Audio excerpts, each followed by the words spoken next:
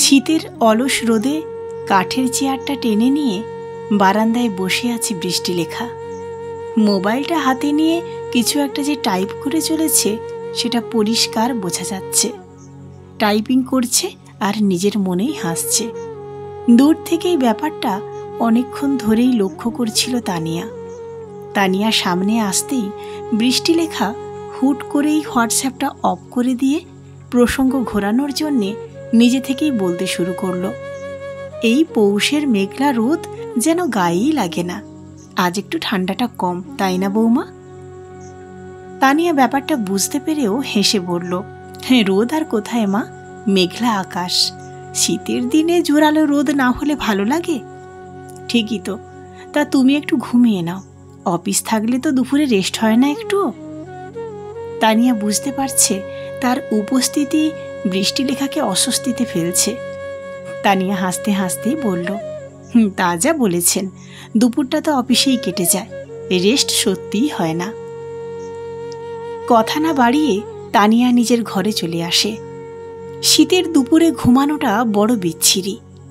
বালিশের ওপর মাথাটা রেখে তানিয়া ভাবে বৃষ্টিলেখা কিছু একটা লুকিয়ে যাচ্ছে।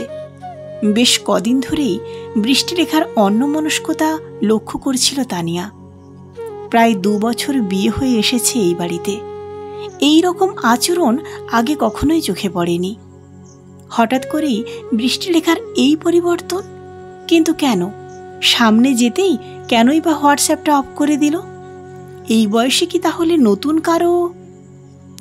শান্ত স্বভাবের বৃষ্টিলেখা এমনিতেই মৃদুভাষী। ছেলের বয়স তখন কত হবে, বড় জোর 11। অকালেই চলে গেল অরূপ।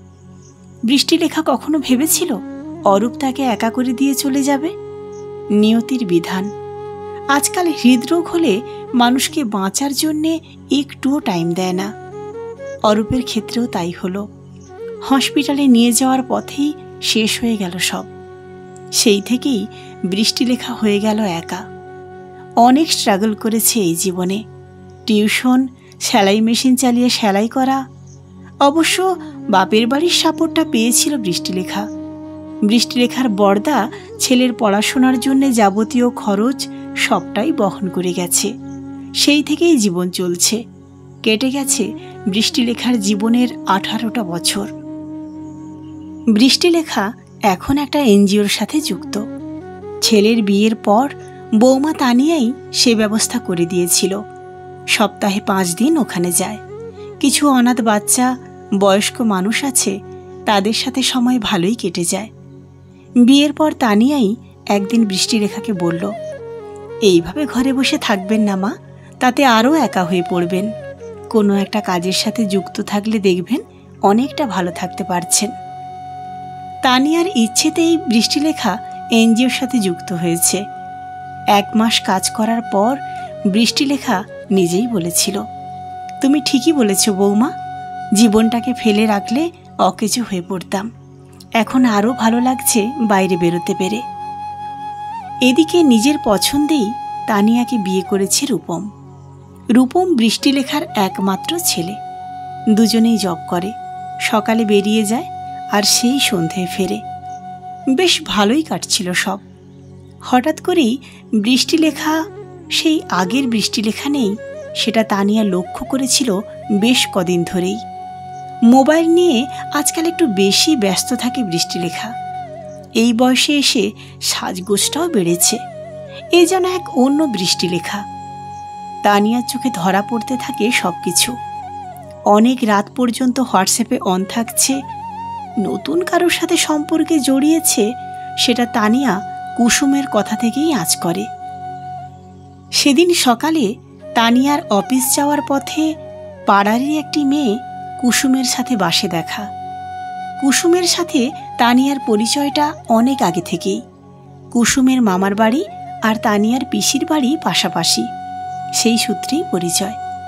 কুসুম জিজ্ঞেস করে বসে, তানিয়াদি, ওই যে লোকটা কাকিমা মানে তোমার শাশুড়ি মাকে প্রায় দিনই বাইকে চাপিয়ে বাড়ির সামনে নামিয়ে দিয়ে যান, উনি কি তোমাদের আত্মীয়?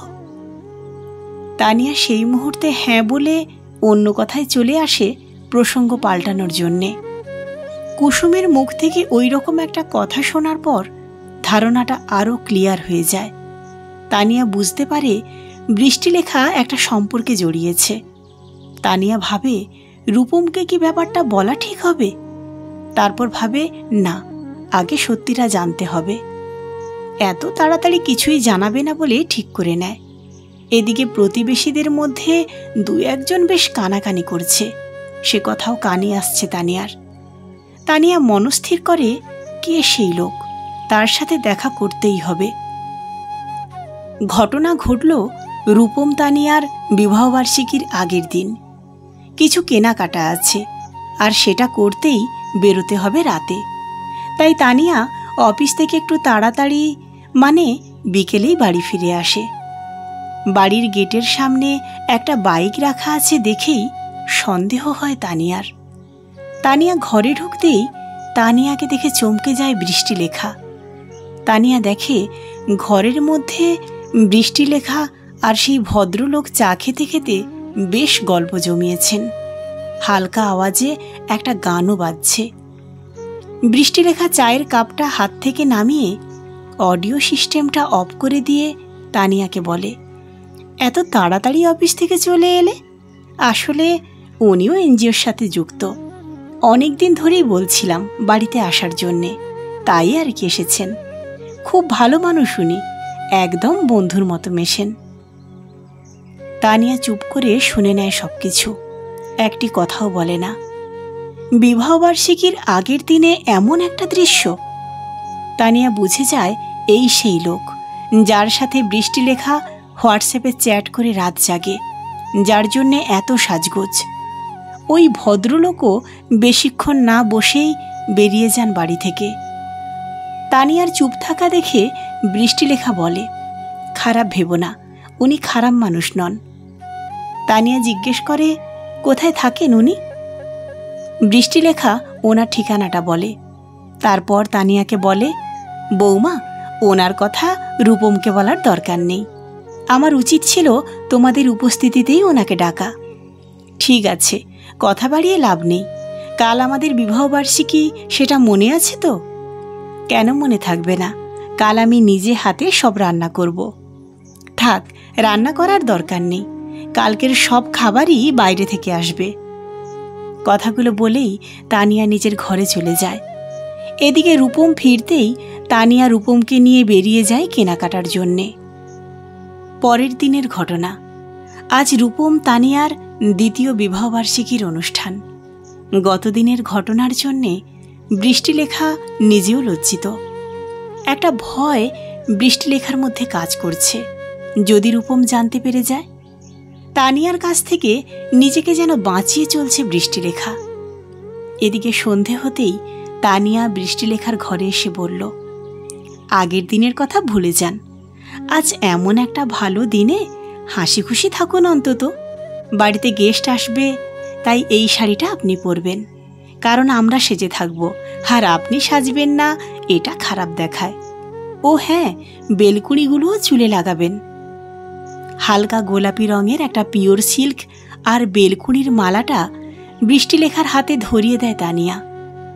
বৃষ্টিলেখা একটু অবাকই হয় তানিয়ার এমন কথায়। একদম মৃদুস্বরে জিজ্ঞেস করে, আমি বেলকুড়ি লাগাবো? হ্যাঁ, আমাদের অ্যানিভার্সারি, তবুও আপনি সাজবেন। বাড়িতে গেস্ট আসবে, সেটা মাথায় রেখেই সাজবেন অন্তত।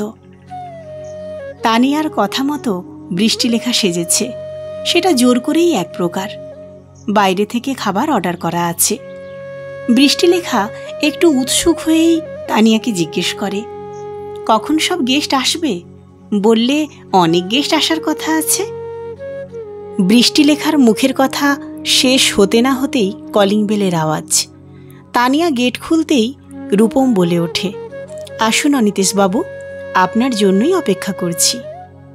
পাজামা পাঞ্জাবি পরিহিত হাতে, ফুলের তোড়া হাতে নিয়ে অনিতেশবাবু।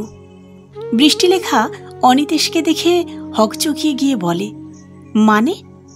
তানিয়া হেসে বলে, হ্যাঁ, মানেটা কিছুই নয় মা, আপনার বন্ধু তো আমাদেরও আপনজন। কাল আপনার থেকে ওনার অ্যাড্রেসটা কেন নিলাম বলুন তো? ওনার বাড়িতে যাওয়ার জন্যই। আমি আর আপনার ছেলে গিয়েছিলাম ওনার বাড়িতেই আমাদের বিবাহবার্ষিকীতে ওনাকে নিমন্ত্রণ করতেই। লজ্জার কিছু নেই মা। জীবনের এই বয়সে এসে একজন প্রকৃত বন্ধুর বড় প্রয়োজন হয়ে পড়ে। আমরা আপনাকে টাইম দিতে পারি না, সেটার জন্যে খারাপ লাগে, কিন্তু আপনার ভালো থাকার জন্যে আপনি যদি বন্ধু হিসেবে কাউকে পেয়ে যান, এর থেকে ভালো কিছু নেই। কে কি বলল তাতে কিছু যায় আসে না। ছেলের মুখের দিকে বৃষ্টিলেখা তাকাতেই রূপমও বলে, তানিয়া ঠিকই বলেছে মা, তুমি ঠিক পথেই হেঁটেছ। এই বয়সে এসে মানুষ সব থেকে বড় একা হয়, শুধু কথা বলার একটা লোক থাকে না বলে। আর উনিও তো একা। থাকো তোমাদের মতো করে, বাঁচো নিজেদের মতো করে। তুমি ভালো থাকলে আমাদেরও ভালো থাকা। অনিতেশবাবু তখন বৃষ্টিলেখার পাশে এসে দাঁড়ায়। তানিয়া বলে ওঠে, আজকের এই কেকটা আপনাদের জন্যে মা, আপনারা দুজনেই একসাথে কেকটা কাটবেন। আজকের এমন শুভ দিনে আমাদের তরফ থেকে এই সামান্য উপহারটা আপনাদের জন্য থাকুক।